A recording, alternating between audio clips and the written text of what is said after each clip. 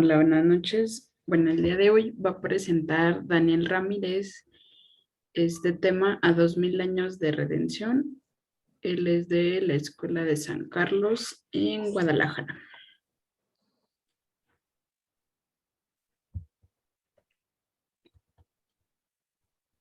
Entonces ya comienzo. Sí, adelante. O sea, bueno, pues muchas gracias. Yo soy, pues sí, Daniel Ramírez. Am, Vamos a hablar del tema de este capítulo que es a 2000 años de la redención. Bueno, pues ya el título lo dice, la redención es el tema, digamos, como central y esta perspectiva a través de los años que ha tenido, ¿no? Y cómo, por ejemplo, hoy, o sea, cómo nos repercute estas visiones que se ha tenido en 2 siglos, en 20 siglos. Bueno, pues comenzamos con presentación. Bueno, comenzamos diciendo que nuestra mirada sobre la realidad está permeada con la esperanza de que no caminamos solos. Esto ya está, esto es porque comenzamos a hablar de la cuestión antropológica cultural, esta crisis que estamos teniendo respecto al hombre, a la perspectiva sobre los temas que le corresponden, como son la libertad, la fe, todos estos temas. Como respuesta, digamos, ¿no? Es la idea de Jesucristo como redentor, es decir, como respuesta, ¿no? O sea, es como quien sustituye todas estas preocupaciones. Por ejemplo, aquí está la cita de Señor, ¿a quién iremos? Si tú tienes palabras de vida eterna. Damos a la siguiente.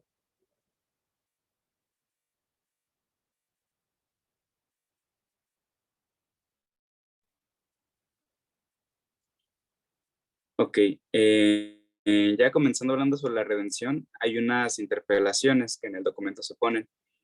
Una de estas es una que hizo pues Nietzsche, que, bueno, él dice, mejores cánticos tendrían que cantarme y más redimidos tendrían que aparecerme sus discípulos para que yo aprendiera a creer en su Redentor. Digamos que esta crítica al cristianismo que él hace es respecto a cómo la prédica no se compara a la práctica, ¿no? O sea, cómo los propios cristianos son quienes no parecen creer o no fundamentan en sus acciones esto de un Dios redentor.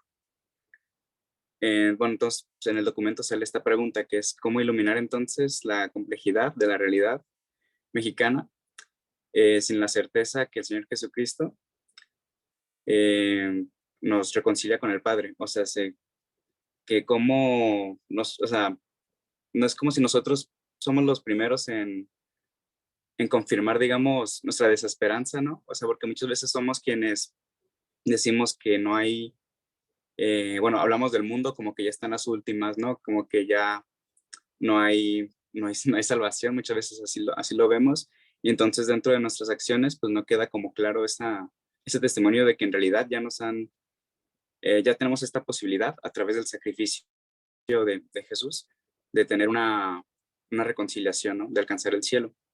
La siguiente.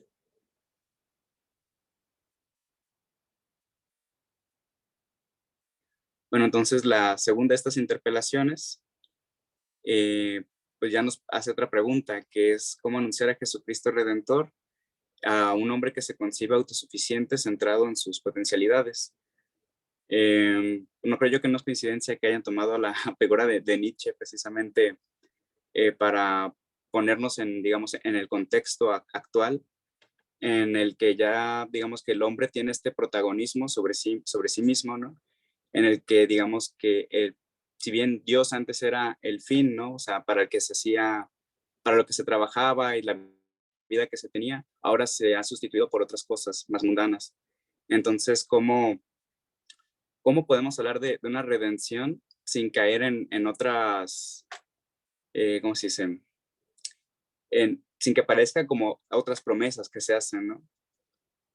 Aquí nos comenta en el documento que el cometido fundamental de la iglesia es dirigir la mirada del hombre eh, hacia el misterio de Cristo y a Cristo, como decimos, la figura de Cristo Redentor.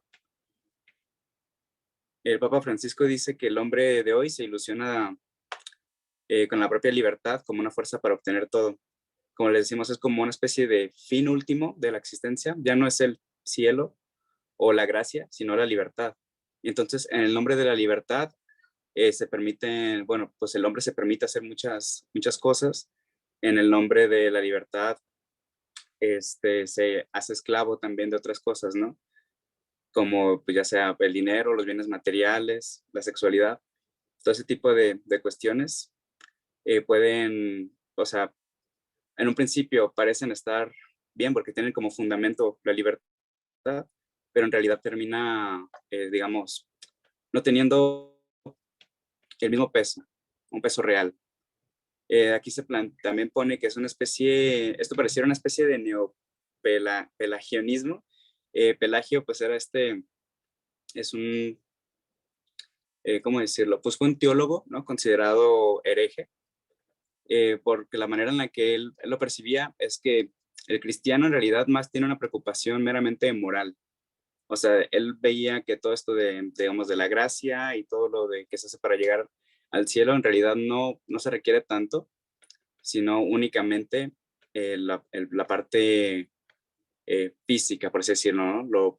Lo moral, las acciones que hacemos, y entonces se aleja totalmente de la, de la relación que se tiene con Dios. La siguiente.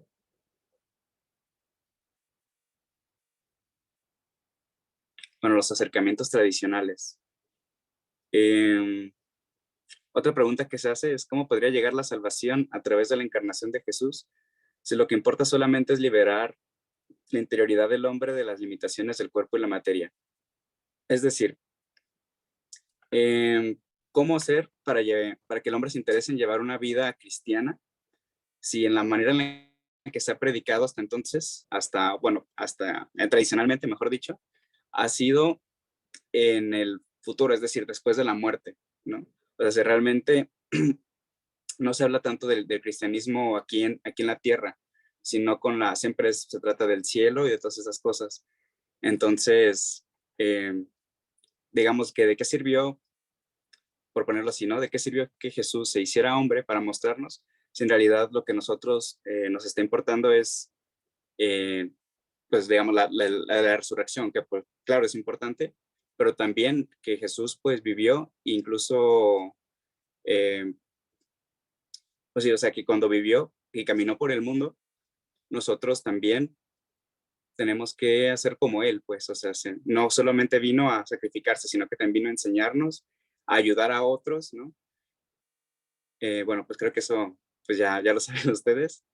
Bueno, en la predicación tradicional, la redención, digamos que esta idea entonces de Jesucristo Redentor siempre se centraba en la cuestión de la muerte en cruz de Jesucristo, como decíamos, no tanto en la vida que llevó y, y no tanto, o sea, sí se veía, pero no tanto a veces en las prédicas, sino en eso, en la muerte en la cruz, y que con ello pues paga nuestros pecados y nos limpió de nuestras culpas.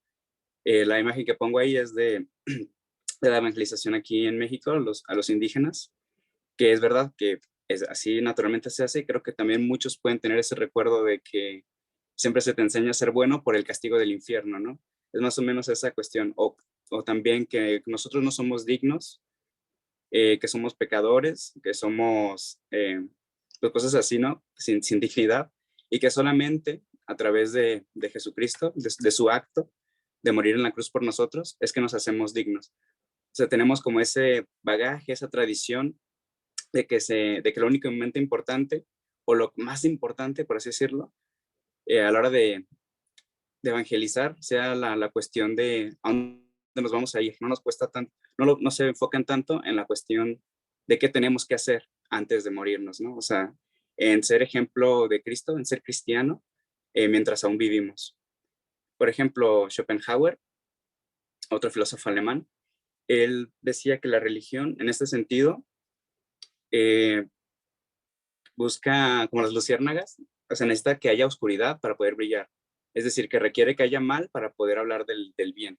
O sea, que requiere, pues sí, decir que hay un infierno, decir este, que todos somos pecadores, que todos somos malos para poder hablar de una redención. La siguiente. Y es que esto de tener esa visión, por ejemplo, actualmente a los jóvenes, es una imagen, digamos, no solo anticuada, sino también ofensiva de Dios, ¿no? O sea, es un Dios vigilante, un Dios que es un juez implacable, que siempre está atento a nuestros pecados, ¿no? Un comerciante de salvación, ahí dice en el documento, ¿no? Todo esto también de las, este, ay, perdón, se me fue el nombre. Bueno, también como un Dios mágico y todo eso, entonces hay como un alejamiento, ¿no? O sea, cuando nos presentan a un Dios así, un Dios que no nos cree otra cosa más que pecadores, y cuando toda la prédica se centra en eso, pues puede alejar y pues generar este disgusto. Indulgencias es el nombre de a veces cuando hubo un mercado, por así decir, de indulgencias, fueron cosas que van alejando a la gente, ¿no? El ver la resurrección o lo del cielo y el infierno como algo burocrático, casi, casi, ¿no? Como que se requieren tantos rosarios para esto y lo otro, y así, entonces puede generar ahí como incredulidad, ¿no? Porque decir cómo Dios es justamente así. Entonces, otra pregunta que surge aquí es, ¿dónde está la redención que proclamamos, ¿no? Y otra cuestión también es que aquí hay como muchas que se entrecruzan, que es, ¿por qué si Jesús venció la muerte y el pecado sigue habiendo muerte y maldad, ¿no? O sea, ¿por qué siguen continuando si supuestamente, o sea que sí, pues, pero es lo que ellos opinan, si supuestamente eso ya, sí, ya nos salvó, por así decirlo, ¿no? Y como les decía hace un momento, muchas veces nos referimos al presente como la suma de todas las perdiciones, y no vemos que en sí la redención está ahí y tiene presencia en nosotros, ¿no? O sea, en realidad somos nosotros quienes llevamos esa redención, o sea, Cristo está presente pues, en nosotros como cristianos, y es lo que a veces no se tiene tanto en cuenta a la hora de evangelizar. Siguiente. Bueno, ahí disculpen si parece que hay mucho texto, porque es como muy, muy textual todo, entonces me parece como partes destacables, también para que vean que son cosas extraídas del documento y no únicamente lo que yo estoy diciendo. Eh,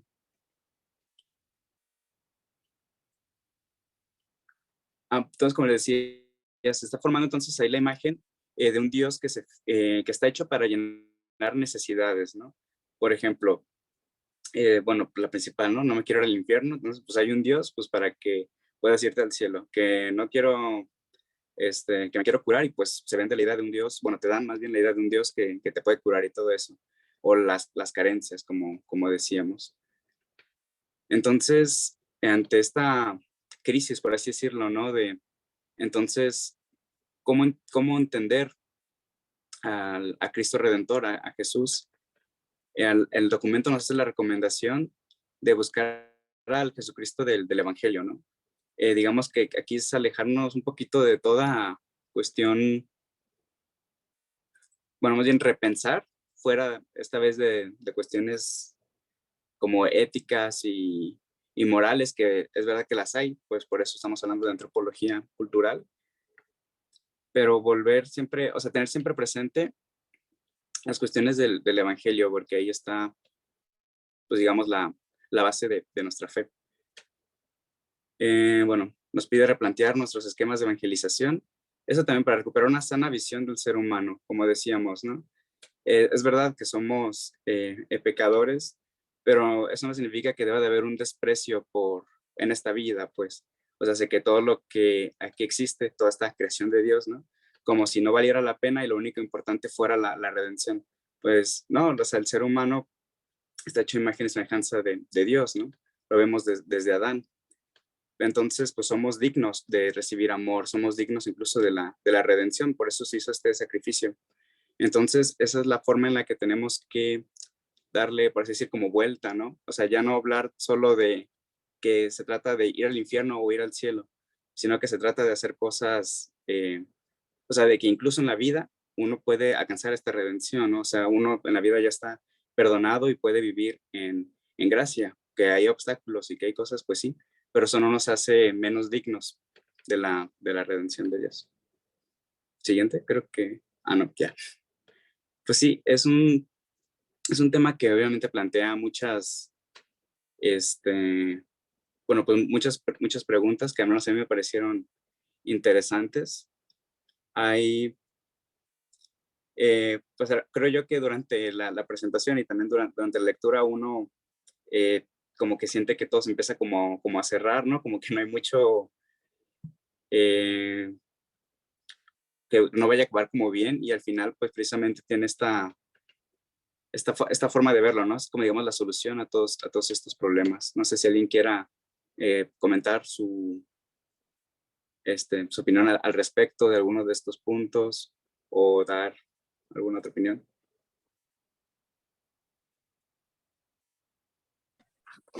Yo, bueno, quisiera hacer un comentario súper rápido. A ver, dejen activo mi cámara porque está en el cel.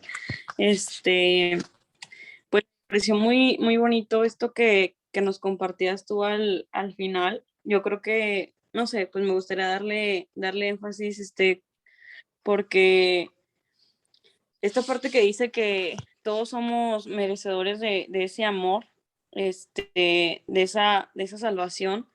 Y me acordé mucho de una vez que fui a un retiro de espiritualidad ignaciana.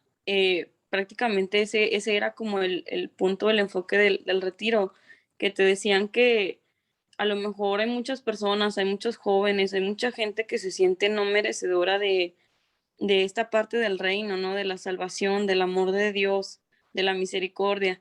Pues porque a lo mejor son pecadores, porque hicieron algo mal, porque fallaron, etcétera, pero que esta parte del amor de Dios, nosotros vamos a seguir siendo merecedores de eso, y que como tú decías, o sea, incluso a lo mejor que, si con nuestros actos aquí fallamos o hicimos cosas malas o lo que sea, con nuestros actos también podemos ganarnos aquí mismo en la tierra esa redención, ¿verdad?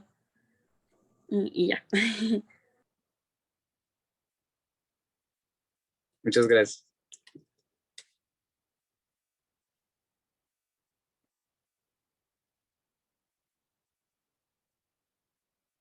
No sé si alguien más quiera compartir algo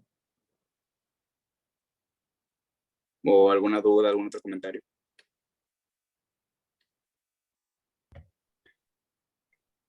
Sí, aquí justamente en esta parte donde dice que necesitamos reencontrarnos con Dios de Jesucristo y necesitamos volver al Evangelio, pues va muy relacionado con lo que comentábamos el día de ayer, ¿no? Ese analfabetismo religioso. Si nosotros no propiciamos este encuentro con, pues, con Dios, pues sin duda va a haber esta fe como vacía, ¿no? O en donde encuentro como esas respuestas como ser humano que a veces pues me hago, ¿no? Entonces, que en realidad pues siempre está con nosotros en todo momento y pues solo basta que nosotros tomemos esa decisión y esa acción para pues para acercarnos con él.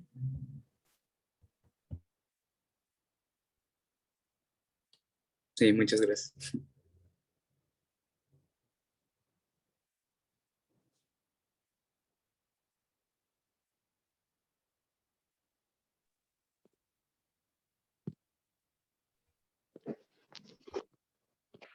En lo personal me queda, vaya, muy marcada la frase que comentas de Arthur Schopenhauer. En efecto, yo creo que, híjolas, resume, ¿no? Lo que hablo ciertamente, ¿no? En algún aspecto, en algún momento de mi vida, ¿no? En el que, pues sin duda alguna, me identifiqué con esta analogía, ¿no? Que refiere como una luciérnaga, ¿no? Porque, pues sí, en efecto, sabemos que cuando, pues, vaya, estamos completamente sedientos, pues quien nos puede brindar esa agua viva, ferviente, pues es Dios, ¿no? Mediante su palabra.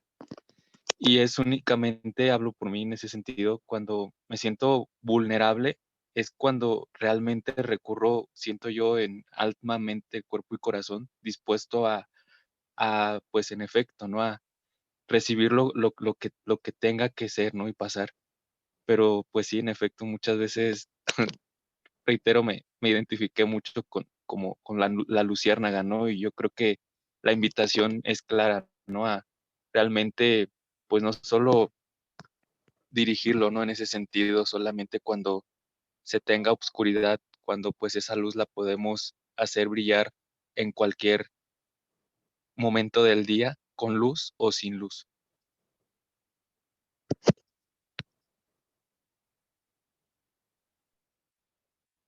Sí, gracias.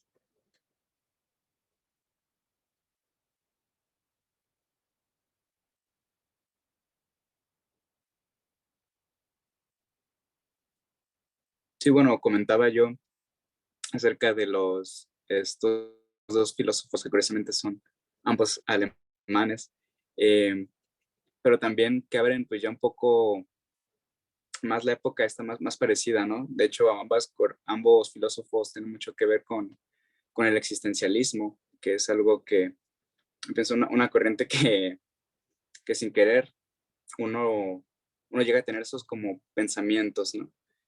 Y es una época en la que, bueno, a Nietzsche a lo mejor lo conocen otros precisamente por haber dicho que Dios estaba muerto, ¿no? Porque desde digamos que desde su época, la sociedad alemana y todo eso se había centrado ya más en otras cuestiones, es decir, Dios había quedado de lado, ¿no? O sea, por poner un ejemplo, ¿no? En el feudo, en todo lo que es la Edad Media, se trabajaba para la obra de Dios, el Opus Dei, así se llamaba.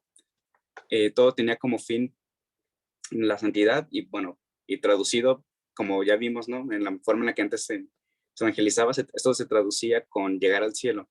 Ese era el fin del hombre de la Edad Media.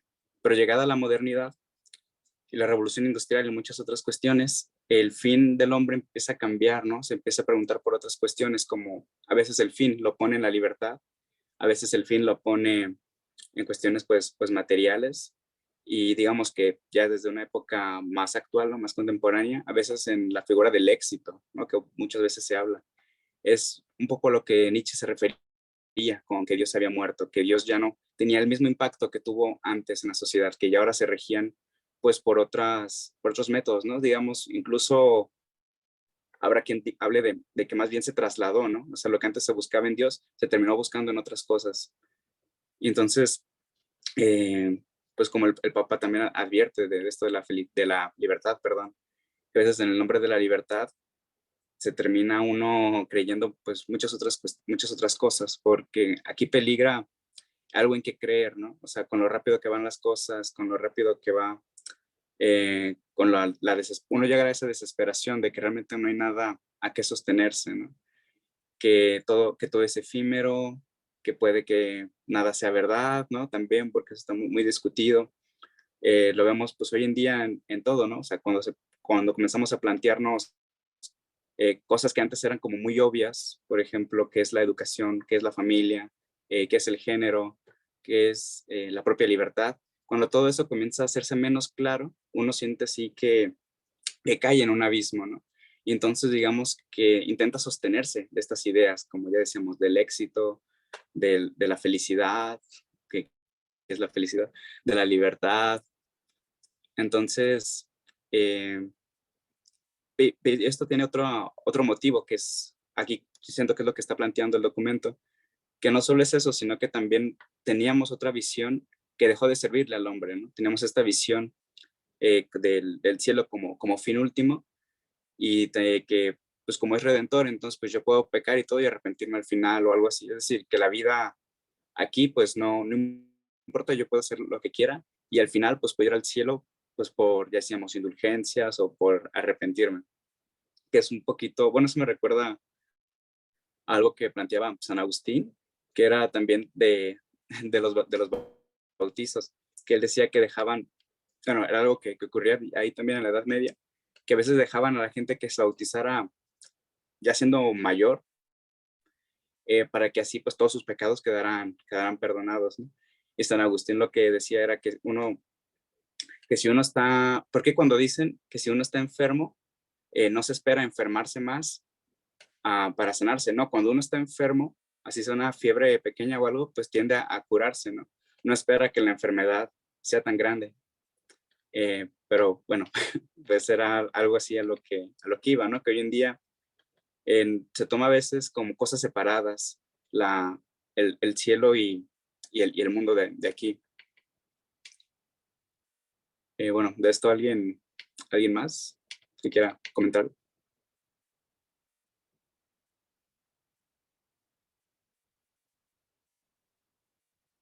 No sé si ya pasaron de mis 20 minutos, que yo creo que sí, no sé. No me fijé la hora. Sí. Sí, ¿Alguien más tiene algún comentario? ¿Quiere aportar algo adicional? Sino para pasar al siguiente tema. ¿No?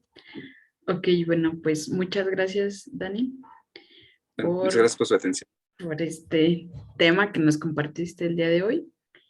Y pues también a todos por su atención.